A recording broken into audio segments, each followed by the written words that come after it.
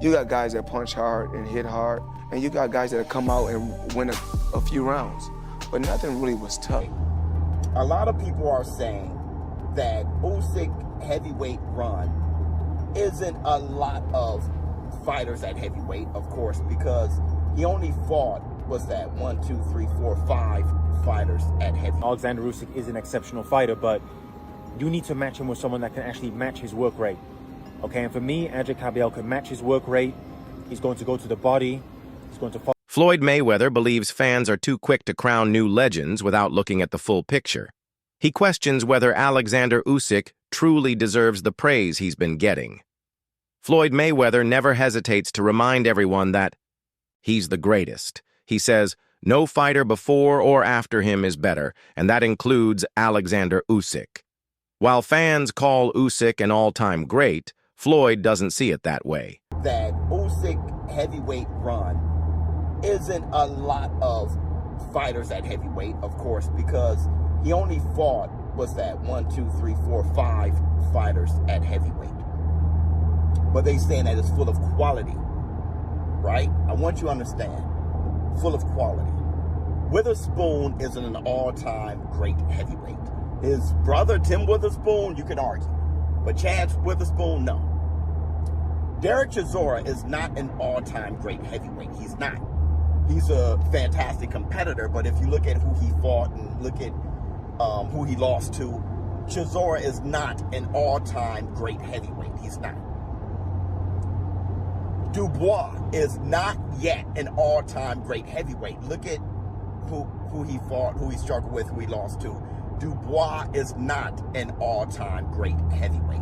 So we're left with, when you say quality, we're left with Tyson the Gypsy King Fury and Anthony A.J. Joshua. Now, if you guys think that A.J. is an all-time great heavyweight, you can. I can understand that. I definitely can. There's an argument to be made. But Anthony Joshua, when you think about him and a lot of ops from other great heavyweights, Anthony Joshua lost to the likes of Ruiz, been knocked out by Ruiz, was knocked out by Dubois. Anthony Joshua, I'm not sure if you would consider him an all-time great heavyweight, but you can make an argument. Tyson Fury definitely can. So beating Tyson Fury twice is really Usyk's claim. Usyk may be talented, but Floyd believes his own legacy stands far above. He retired undefeated, made history in multiple weight classes, and dominated the sport for years. Usyk's opponents were never on the level Floyd faced. In Floyd's eyes, Usyk is overrated and nowhere near his level, whether in skill, legacy, or greatness. Critics like Showbiz the Adult bring forward a compelling counter to the growing praise around Oleksandr Usyk. His performance was, okay, that's number one. And many of you say, well, Usyk is a top 10 all-time great heavyweight. I don't agree. Because Usyk has only had like 7 heavyweight fights. It's very stacked within those 7 fights. But really, it's hard to put him past people who's had 30-plus, 40-plus fights and just had a career, a great all-time career at heavyweight. But what I can say is that Oleksandr Usyk is one of the greatest fighters, pound for pound, ever. And I put him on my Mount Rushmore today. So I don't have him as an all-time great heavyweight, but I do have him as an all-time great pound for pound fighter. And where do I put him there? While many hail Usyk as an all-time great for his dominance in the heavyweight division, show questions whether his opponents were of a high enough caliber to support such claims. The argument hinges on the quality of competition. If the fighters Usyk defeated were not elite or in their prime, it weakens the weight of his victories. Apart from Tyson Fury, who is frequently mentioned as a legitimate top-level opponent, most of Usyk's adversaries lack the legendary status to elevate him into the same breath as historical icons like Ali or Holyfield. The fight. And I actually think I'm, being fair in being a bit harsh on him. I think Daniel Dubois is an exceptional fighter, but there is something, where it's a confidence thing. And I think Oleksandr Usyk, give him a lot of credit. His jab looked exceptional on Saturday, and really that first, jab that landed on Daniel Dubois, it snapped his head back, and it was a powerful jab. It actually reminded me of Artur Beterbiev's jab when it's, when he really snaps it. And it was obviously a very powerful shot. So I think Daniel Dubois, I think he was confused by Usyk, and I think, he just looked so discouraged to me. Again, take nothing away from Oleksandr Usyk. I thought it was an exceptional performance. And to be honest, he really didn't even get out of second gear. And he didn't even need to. Now, obviously, there's a lot of, talk about what he's going to do next. In my opinion, really, there's only one fight that I would actually want to see. For me, that's Adric Caballel. I think Adric Caballel is someone that, number one, knows how to go to the body. I think if Oleksandr Usyk does have a weakness, it is the body. I think Adric Caballel can follow a disciplined game plan. I think he's had a good string of wins. And I think his stamina is very good as well. I think Oleksandr Usyk is, winning a lot of these fights based on his speed, his stamina, and his footwork. These big heavyweights like Daniel Dubois, Anthony Joshua, Tyson Fury, they cannot live with the pace that Usyk is setting. I mean, Daniel Dubois was knackered after 3 rounds in that fight. Okay, so they can't live with the pace. So again, I think Oleksandr Usyk is an exceptional fighter, but you need to match him with someone that can actually match his work rate. Okay, and for me, Adric Caballel can match his work rate. He's going to go to the body. He's going to follow a game. Another angle from analysts is that Usyk's brilliance is best appreciated in the context of pound-for-pound rankings rather than all-time heavyweight legacy. They suggest he's a master technician who excels in footwork, defense, and ring IQ, making him a modern great. However, these analysts stop short of calling him an all-time heavyweight legend. They believe Usyk's greatness lies in his unique style and adaptability rather than in beating historically great opponents. Therefore, while he belongs on the list of top active boxers today, his place among boxing's immortals is still debatable. Critics also point out that many of Usyk's opponents have failed, not because Usyk was invincible, but because they didn't utilize their skills effectively. Some had faced him more than once, but still struggled to adjust. Now put that over the likes of Evander the Real Deal Holyfield, fighting and beating the likes of Riddick Bowe, beating the likes of George Foreman. When he beat George Foreman was a killer. Beating George Foreman, beating the likes of Iron Mike Tyson. He was a huge underdog there. Beating the likes of Larry Holmes, beating Michael Moorer, Evander beating Michael Dokes, if you guys know who that is and how good of a fighter he was. Evander the Real Deal Holyfield has a different brain. I cannot put Usyk with his 5 heavyweight opponents over heavyweights, great heavyweights, who made careers at heavyweight. We all know what Muhammad Ali did. Muhammad Ali beat the who's who of heavyweight greats. He fought them all, and he beat them, okay? But then you have guys like Larry Holmes who have beaten the Ernie Shavers, who have beaten the Ken Nortons. You have the likes of Jack Johnson, which when you look at his box rec, you see his record and you don't know what he had to overcome to be so. Analysts mentioned that a fighter like Michael Hunter or even Joe Joyce, who showed better ring awareness and strategy, could have posed a better threat. One of the more insightful takes is that fighters who can match Usyk's movement and timing, something very few heavyweights train for, would bring out a more balanced contest. Instead, many walked into the ring without a clear plan, which made Usyk's job much easier. Showas emphasizes that placing Usyk alongside names like Muhammad Ali and Evander Holyfield is premature. Pro Dubois. And we were willing him on being a London boy and stuff like that. I thought he won the first round. Thought Usyk won the second round. But I thought there was arguments for certainly giving Dubois the third round. But you could see, even if he was in the fight, things were starting to change after the second round. Usyk just had that extra little bit of class about him. I'm not gonna lie, I didn't have him for any rounds. I just thought Usyk was so dominant, and that jab. And I'm not no boxing expert. I'm a casual. I'm a heavyweight casual. I just love to see big heavyweights box each other and knockouts. But I just feel like Usyk just was not even out of second gear. Like didn't need to be. He didn't need to be. He just had him on that jab, and he just kept plowing away. And whenever Dubois tried to land, he argues that Usyk doesn't yet have the resume to deserve a spot at that elite table. The greatest fighters in history are defined not only by their talent, but by the level of competition they overcame.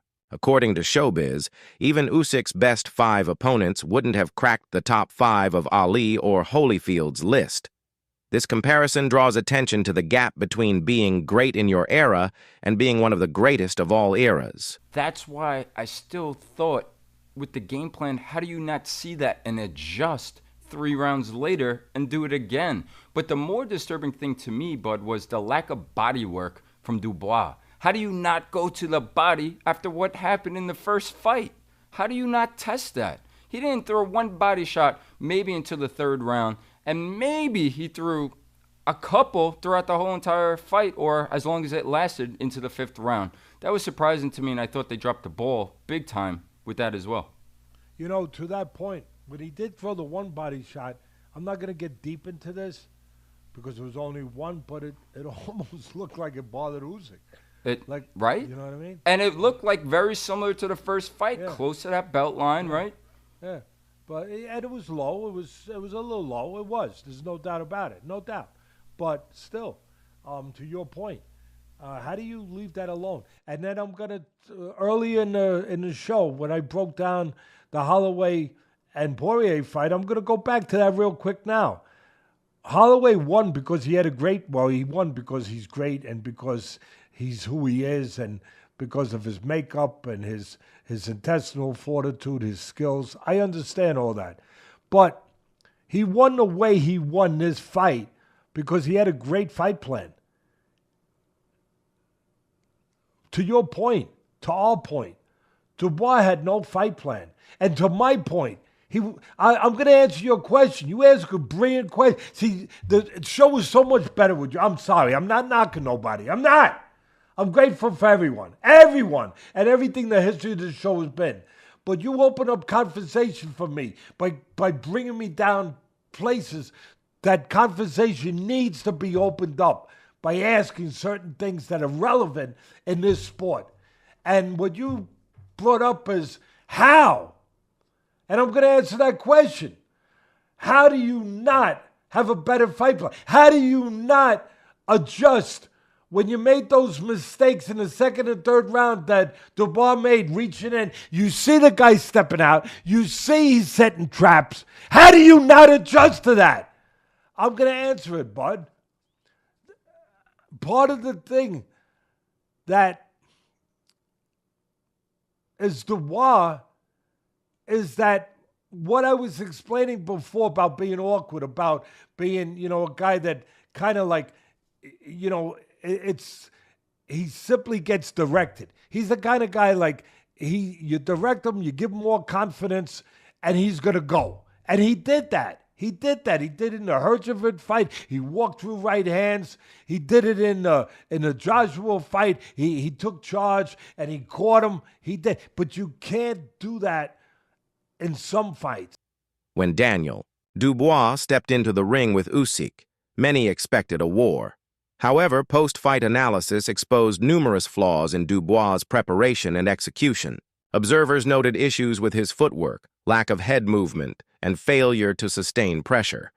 This raised questions. Was Usyk truly dominant, or was Dubois simply underwhelming?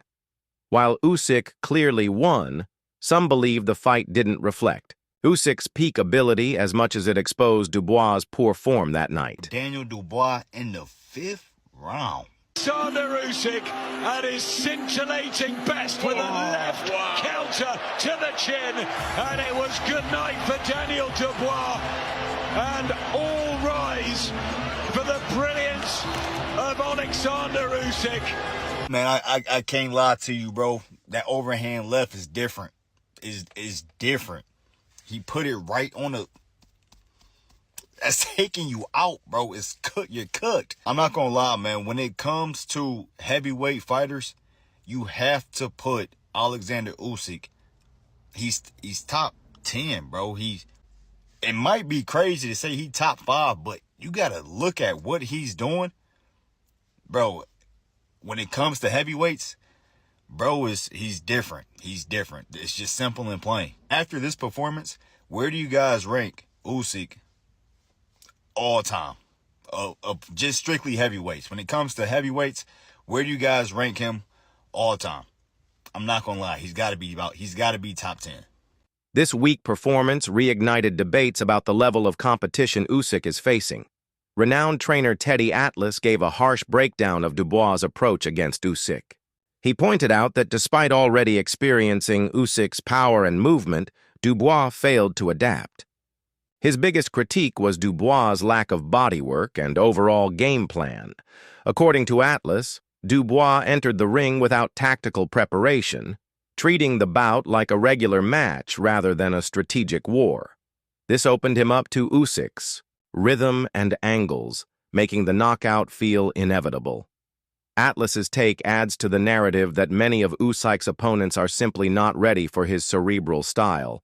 An awkward conversation. Prime Muhammad Ali versus Oleksandr Usyk. Who wins this fight? The tale of the tape, both men are pretty much just about the same. Not entirely sure on the birthday thing though, someone can go and fact check that one. And Usyk did actually weigh heavier than 220 pounds when he fought Daniel Dubois. But regardless of that, the two absolute legends of the sport, who would win this? Now, for me, if I'm honest with you, man, this is going to be a real hot take, but I think Usyk wins this, you know. I love Muhammad Ali. He's one of my favourite boxers of all time to watch. I can still go back and watch most of his fights now and enjoy them. He was definitely ahead of his time. But when I watch Oleksandr Usyk and the way that he boxes and, you know, the way that that sort of Soviet style, that Ukrainian style now, has come on over the years, and the fact that most of Muhammad Ali's opponents were of a similar size, similar weight to him, whereas Oleksandr Usyk is giving away a lot of weight against a lot of his opponents and still coming out and dominating them. I think Usyk does it. I also, and this is going to be a bit of a hot take, I do think that the current day heavyweight division is probably better than it was when Muhammad Ali was around in terms of the actual caliber of fighters. I think the fact that fighters can only really fight twice a year at max in the heavyweight division now, especially when you're at the very, very top, whereas in Muhammad Ali's age, they could genuinely fight like 5-6 times a year sometimes. I think it speaks a lot to how the sport as a whole has really come on. But yeah, let me know your opinions in the comments. I know I'm going to get an absolute lashing for this one, but yeah, I think Oleksandr Usyk beats Muhammad Ali. I can't believe I've just said that, but hey ho, is what it is. I think Usyk's too technical, it's too good. I think he would actually knock Muhammad Ali out, especially given that Muhammad Ali had a tendency to pull backwards with his chin in the air, and I think Usyk probably finds that. Not to mention that the dimensions are pretty much the same, so Usyk isn't punching up or anything like that. Anyway, let me know in the comments. As always, like, favourite, save and share. I'll appreciate it for more boxing content. Usyk's dominant performance over Daniel Dubois left many analysts impressed. Becoming a 3-time undisputed champion is no small feat, and it underlines his technical mastery. His ability to neutralize opponents with precision rather than power has become his trademark. However, even with all these accolades, comparisons to Muhammad Ali still come up short. Ali's cultural influence, depth of competition, and iconic fights across generations elevate him beyond just accomplishments. Usyk might be great in today's standards, but Ali remains a once-in-a-century figure, whose shadow looms large over all discussions of boxing greatness.